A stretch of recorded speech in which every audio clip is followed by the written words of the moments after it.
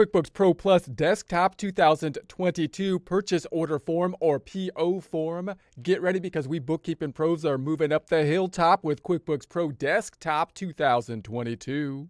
Here we are in our free QuickBooks sample file, Sample Rock Castle Construction. We're going to go through the standard startup process when opening QuickBooks, that being going to the View tab, going to the Open Windows list, giving us the Open Windows down below. I'm going to take this tab right here. I'm going to move it all the way down so you have a little bit more space in it. Nothing currently open here, so I'm going to go to the Company drop-down Home page. Now we have the Home page in this gray area.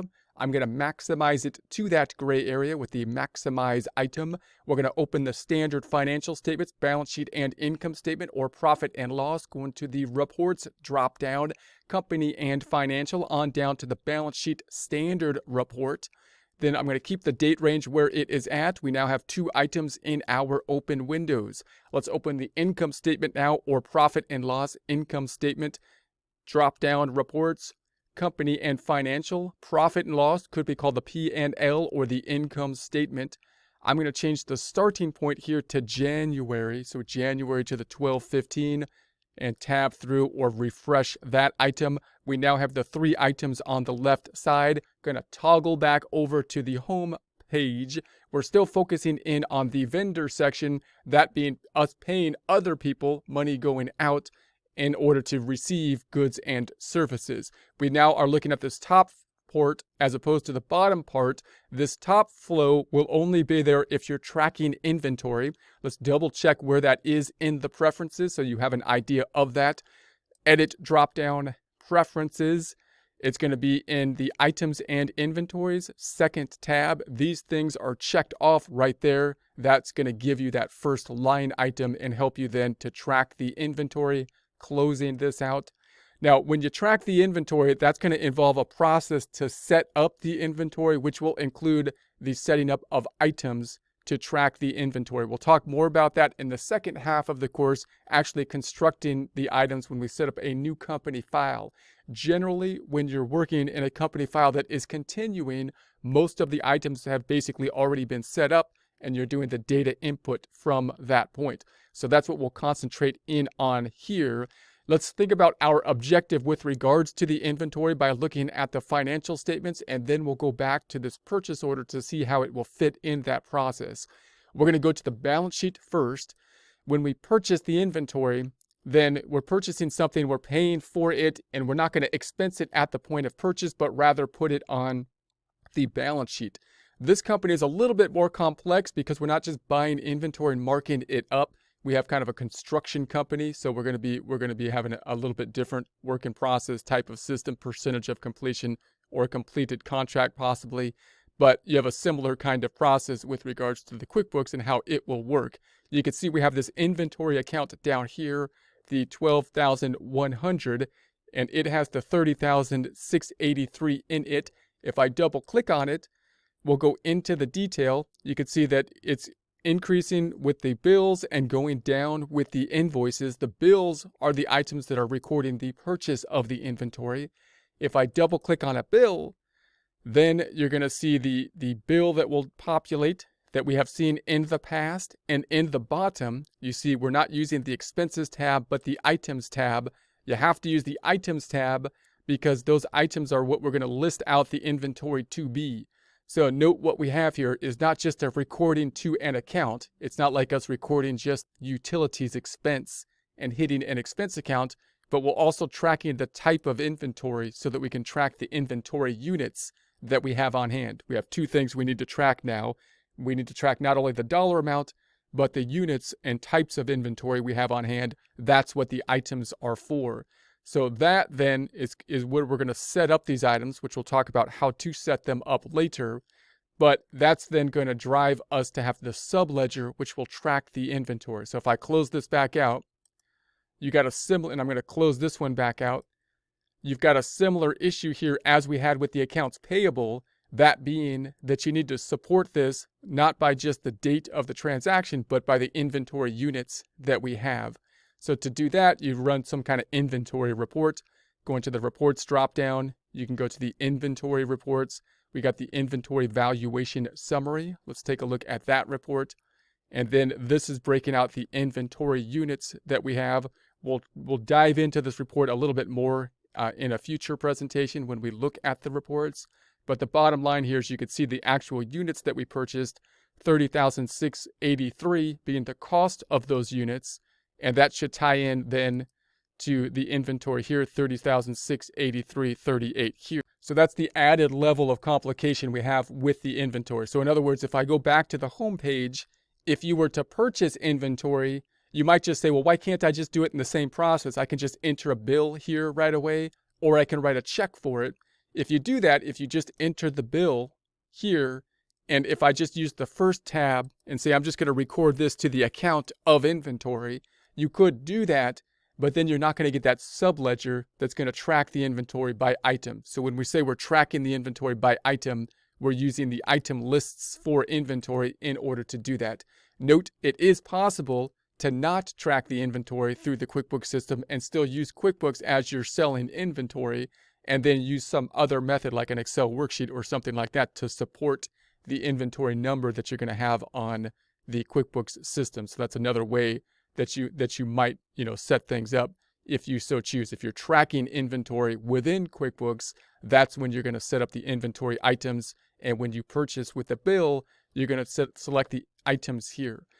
So then the question is, well, how does the purchase order fit into that? Because we saw the report and noticed the purchase order wasn't involved at all on the financial statements, even though we see it as the first point of our flow chart up top. And that's because for larger type of companies, in smaller companies, you might not have a purchase order. But for larger type of companies, it's often a little bit different than what we typically do when we buy something from, say, an online purchaser like Amazon. For example, if I was to request some purchase from Amazon as a personal purchaser, I would have to pay for it with a credit card before I got the inventory. And then I would record that at the point in time I paid for it, because I basically own it at that point in time because I've already paid for it and I have a transaction that's going out of my checking account at that time or increasing my credit card. However, if you're a substantial purchaser, you might have enough power to be able to say, hey, look, I want to purchase something. Let's say we're purchasing something from China to manufacture it, and I'd like to request it, have you send it all the way over here, and then I'm going to basically look at it to make sure I got what I think I should get, and then I'm going to enter the bill and pay for it. So in that case, notice what happens. We have to send a request, even though we have not paid for it and we don't have possession of the inventory. It's just a request form that we need to track. Therefore, that's what the purchase order is going to be. It's not going to be a form of payment, and it doesn't mean that we own the inventory. It's a request for a transaction to take place with regards to the shipment of the inventory, which will then record once received with the bill. So in that sense, then, this is the one form. All these other forms that we see, we will typically have a transaction related to them in terms of a financial transaction. This one is the exception, meaning we're still going to do it like a normal type of form, but there is no financial transaction because we didn't get any inventory and we have not yet made any payment. We're just entering a request. So if we select it, let's take a look at one, see what it then will look like. If I go to a prior purchase order, looks a little bit like an invoice, but this is us requesting inventory to be sent to us. On the right-hand side, we got some of the detail, including the vendor information, the phone, the email, the open balance, the POs to be received. This one has not yet been received. We don't have the stuff yet sent to us. Once it is sent, we'll link it to the bill, and once we enter the bill, it'll link up to the purchase order and give an indication that it has been received. As we can see, I'm just going to go back like a bunch of these until I see one that says received in full. So this one, we say it has been received in full here. I'm going to open up the item on the bottom. You can see the activity for the recent transaction. Here's the 2,400. So if you go to that bill right there, it looks like that bill is linked on over where we have the wood door. This is us entering the bill after we received the items and then entered the bill, which is going to increase the accounts payable, and linking it on over to the purchase order. Notice we're using the items tab instead of the expenses tab. Closing this one back out. So there we have that. Let's go back on over to the most recent one. So I'm going to go all the way back till it's a new one, and then up and then back one more till we get to this first one that was in the lineup. And you got the similar information up top with the menu bar. Oftentimes when you look at the purchase order, you're going to be diving right into doing the data input. But just a quick recap on the menu bar. You've got the new, create a new one. You could save it, delete it, create a copy. You can memorize it if you so choose. We might talk more about memorizing in a future section. Mark as closed. You can print it if you so choose. This might be an option that would be useful with a purchase order because this is a form that you would actually be sending out. These days, it's more likely to be emailed out. So you would create the purchase order, possibly then emailing it out. If you wanted to email it through QuickBooks, you could do that. And or you could print it possibly as a PDF file and link it in essence to your email. And that way, if you so choose, you could print it later or email it later. You could put the attachment on to it as well if there are any relevant attachment. Create item received and select items received. We've got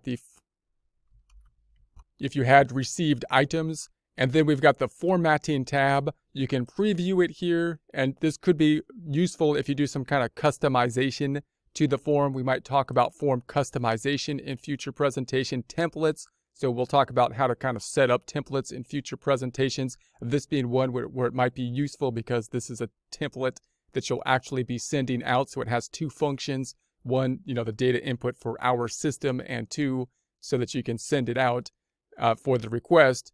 And then we've got the download template, customize data layout, spelling, insert. You can insert lines, delete lines, copy lines, customize the design. And then the reports tab, you got that quick report, the transaction history, list all transactions that are linked to this purchase order. So you can see the transactions related to it quickly. This one having one transaction, which is a bill linked to it at this point in time. Closing it back out, we've got the open purchase orders. So we could see the open purchase orders lists, in essence, just running a report. We can run that reports from the reports section, which is what I would typically do. Open purchase order by item detail, item list, purchase order by vendor detail. I'm going to go back to the main section. And then down below, you would enter the details. So the vendor then would be who we are requesting the inventory from. Because this is going to be an inventory item, it's probably a vendor that we have a lot more intense dealing with oftentimes. And therefore, when we can create a new vendor as we create the purchase order, other than, as we've seen in the past, going to the vendor dropdown in the vendor center, creating the vendor. You can create them as you go, adding probably more detail for the people that we're working with to buy inventory. And then we can select classes. We'll talk about classes. It's kind of a specialized area that's used here because it's a construction company and it has a job cost system in essence. We'll talk more about classes in a future section. It has different specialized usage.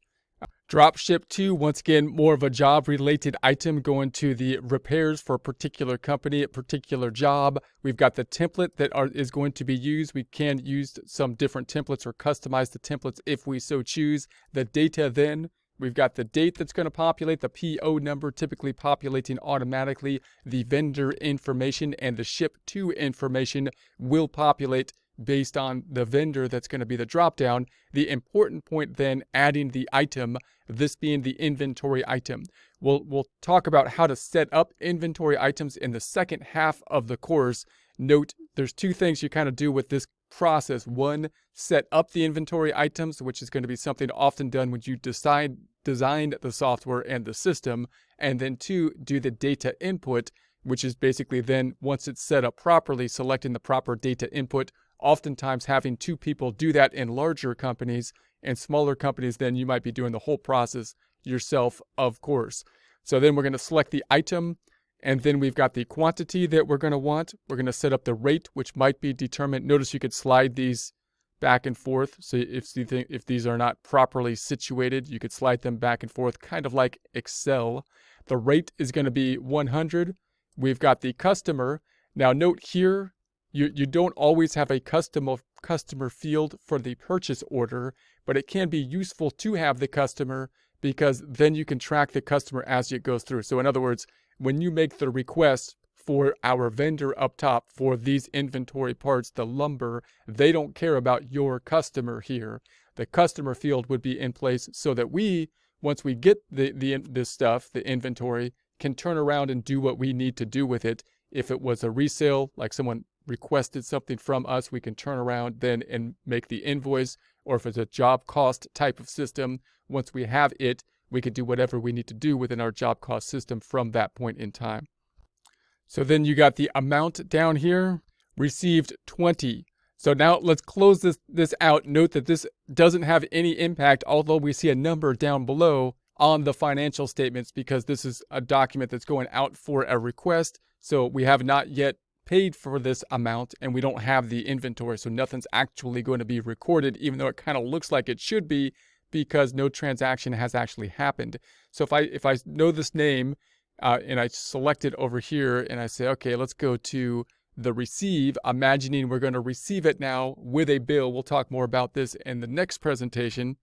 But if I then select this vendor, it's going to say open purchase orders exist for this vendor. And then I can go into the open purchase orders and see there's my purchase order.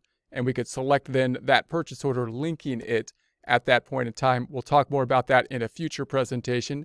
Closing this back out, I'm going to say no, let's not record that. You can also see that if I was then to open up my tab on the left-hand side and go to the vendor dropdown, go to the vendor center. This is another area where you might be tracking your open purchase orders quite quickly. And then you can either go to the vendors themselves. There's that particular vendor. And you could say, okay, let's look at the activity for that vendor. Here's the purchase order, that 3,500. If I double click on that purchase order, we get back then to the purchase order. That's another way that you could find the purchase orders or might sort them. The next way you might do so is with the transactions. You might go to the transactions here, down to the purchase orders, and sort them in this format, where you're going to see the purchase orders on the right-hand side. You've got your filtering options, all purchase orders, or possibly just the open purchase orders. Now you have a list of the purchase orders that have not been fully met. So this is not going to be by vendor, but it'll give you the purchase orders that are still open at that point in time. Another useful way to look at it. You can look at similar types of information running reports related to the purchase orders as well. But I won't take a look at that now. We'll do that when we get to the reports section. So if I go back to the home page on the left-hand side, toggling back to the home page, and that's going to be the purchase order. The next component would be us imagining we receive the stuff from the vendor in our warehouse, and then we're going to receive it with we can imagine a bill inside of it. Then we can record it at that point in time, increase in the accounts payable and entering the bill, which would increase the accounts payable and record the inventory at that point.